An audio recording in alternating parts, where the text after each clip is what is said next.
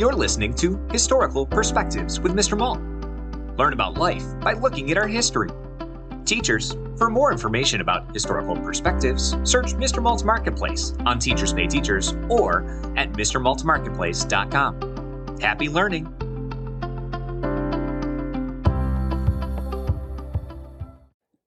The magic of the printing press.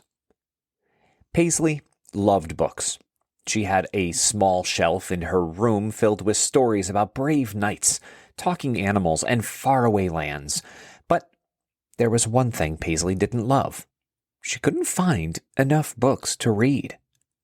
One day, her grandfather, Papa Joe, noticed Paisleigh looking sad. "What's wrong, sweetheart?" he asked. "I've read all my books, and I wish I had more," Paisleigh sighed. Papa Joe smiled. "Paisleigh, did you know there was a time when books were so rare, only rich people had them? You wouldn't have had any books at all." "No books?" Paisleigh gasped. "That sounds awful. Why didn't they make more?" "Well," Papa Joe explained, "before the printing press, every book had to be written by hand. It took people months, sometimes years, to finish just one book. But then, a man named Johannes Gutenberg invented something amazing that changed everything." Paisleigh's eyes lit up. What did he invent?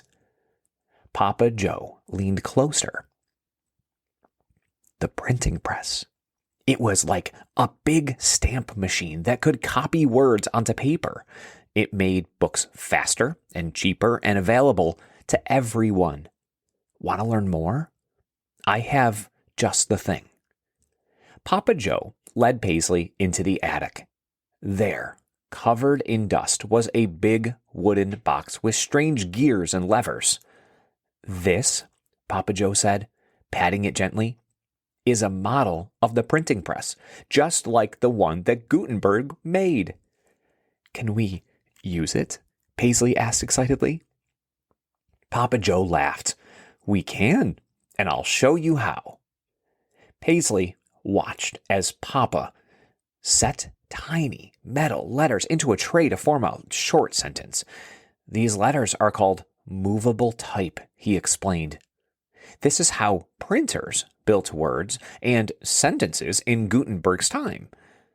When the letters were ready, Papa Joe dipped them in ink and pressed a piece of paper onto them using the heavy lever of the machine. "Now pull it up," he said.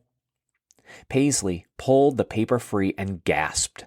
"It says, 'Books are magic. It's just like printing a book.'"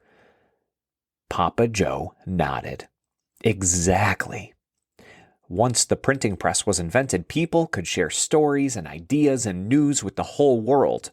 Schools got books and libraries grew, and people who had never read before could finally learn."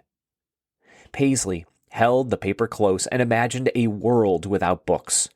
She thought about her favorite stories and how much they made her laugh and cry and learn. Gutenberg's invention really was magic, she said. That night, Paisleigh sat down with her paper and thought of all the amazing stories she could write for others to enjoy. "Maybe one day," she whispered to herself, "my books will be printed too." Paisleigh didn't feel sad anymore. Thanks to learning about the printing press, she felt inspired and ready to try her own hand at storytelling.